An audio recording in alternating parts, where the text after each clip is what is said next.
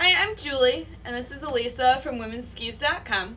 And we're going to talk about how to make sure a boot's fitting properly, and we're going to try a pair on Elisa today. There's videos online on how to determine what size boot you need.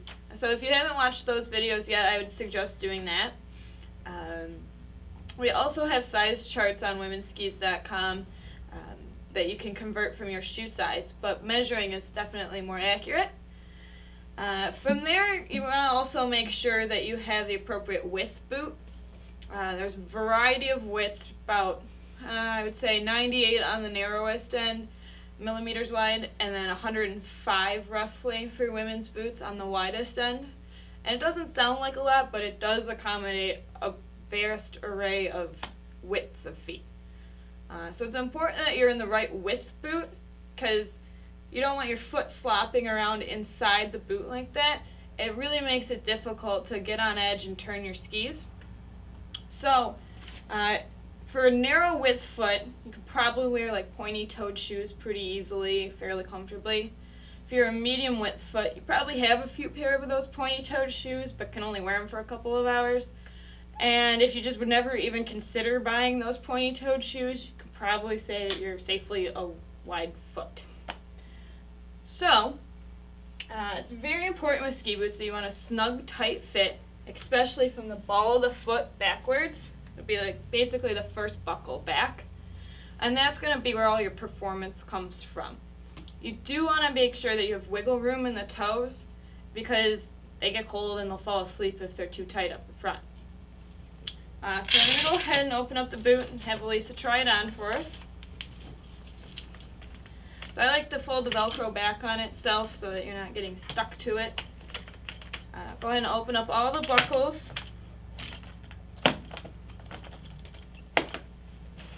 And you really want to pull that tongue down. So, oh, geez, Elisa, what are you doing here? Come on, pull the sock up. You want it nice and tight. It's very important that you're only wearing one pair of socks designed for skiing. They have moisture wicking properties to them, and it keeps your feet warm and dry. Two pair of socks is a horrible idea. Basically, they'll rub on each other. You can create blisters. It doesn't keep you any warmer. You want a little bit of airspace in the boot that your foot will heat up, and that'll help keep you warm for the entire day on the hill. If you have that airspace crammed full of socks, then you don't have any room for the air and you can't stay warm. Cotton is also another bad idea. It doesn't wick moisture away, and your feet will get damp and they'll stay cold and damp all day long. Now we have Elisa's socks under control here. Really want to pull that tongue down nice and far and slide your foot in the boot. Check for paper first. Probably paper in the toes. Took that out already. So now that the boot's on, you really want to make sure that you get the tongue situated properly first. And you want to start with the lower cuff buckle. And you get that on just the first or second notch. You don't have to go crazy enough buckling that down tight. Just get that secure and work your way up the buckles and secure the power strap. And you can go in and buckle these a little bit tighter if you need to now. So now we really want to make sure that our heel is back in the heel pocket, because initially boots feel too small sometimes. Just like putting on a high heel, your toes jam all the way to the front. So now we want to kick our heel back on the ground a couple of times, unless you're on a wood floor or tile floor that you've paid for or paid security deposit for. You don't want to do that. But every single time we put the boots on, you want to kick that heel back so that your heel drives all the way to the back of the boot before you buckle up the instep and the toes. Definitely don't want to get carried away buckling these down too tight, because it will make your foot fall asleep. So go ahead and stand up and flex through that boot a couple of times. That's also going to help drive your heel back into the heel pocket. Elisa's flexing through this boot really nicely. You can see that inside the buckles are almost coming together. The boot's going to stiffen up about 30% when you get out on the hill. So you want to make sure that the boot flex is appropriate inside, that you're flexing easily, so that when you get outside and get on the snow, you can really flex into the boot, and it's going to perform for you the way you want to. So do you have plenty of wiggle room for your toes in there? Yes. But it's not feeling sloppy. It's like a tight handshake? It's pretty tight. Okay, especially from that ball of the foot back? Yep. And good hold in the ankle. Oh yeah. Now when you're standing up and you were flexing forward, your heel wasn't lifting or anything, was it? No. Okay, that's good. So that's most of the key features that we look for when we're fitting. Because the liners are plush, just like your mattress, they break in as you wear them. So boots will get about a half size bigger over the course of their lifetime.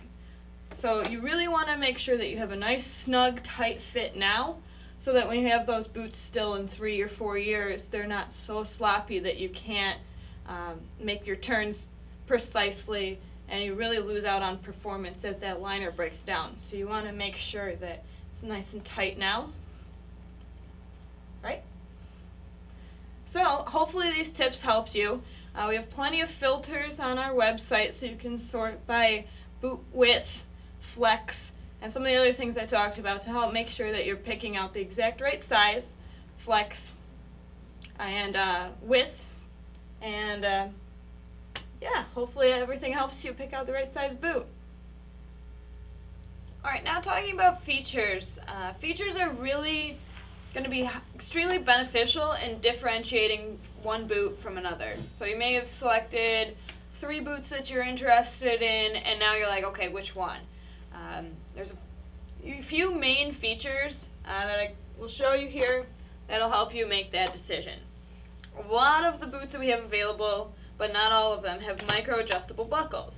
Micro adjustable buckles will spin and allow you to shorten or lengthen the small little arm here to create those minor adjustments, where sometimes the second notch might be too loose, but the third notch is just crushing your foot. If you go ahead and spin those buckles, it'll shorten or lengthen the arm and then make one of them a lot more comfortable.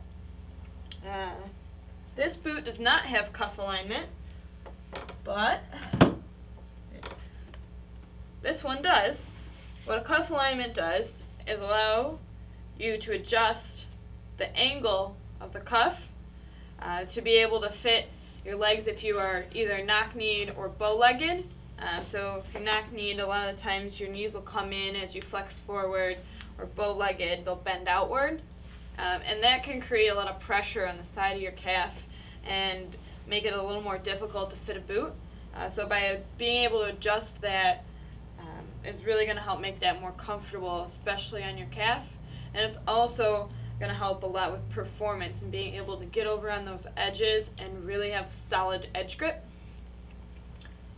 And go back to the DeBello here. Ski walk features or flex adjustments are really nice. By flipping the switch on the back of the boot, or sometimes it's a knob, you can adapt the flex adjustment to make it a lot easier to walk around the lodge or get back and forth at the bottom of the hill, more comfortable when you're in the cafeteria, that sort of thing. And then you can flip it down and be able to ski harder while you're out on the hill. So that kind of gives you the best of both worlds and keeps it comfortable and performance oriented. A few of the manufacturers have started using pre-wired footbeds. So the footbed actually has a heating element in it, and they run the wires for you so you don't have to cut the liners or do anything like that. You can purchase a battery pack and charger separately, and you don't have to do any work to the boot to be ready to go with your heater system. So those are really nice if you have cold feet. The other thing that a lot of the manufacturers are doing to combat cold feet are using micro fur or fleece liners. You can see in this one it's nice and fuzzy inside, and a thicker insulation, which helps keep the feet nice and warm. That fur traps the warm air that your feet create and just helps keep you nice and toasty all day. A lot of the liners are heat moldable.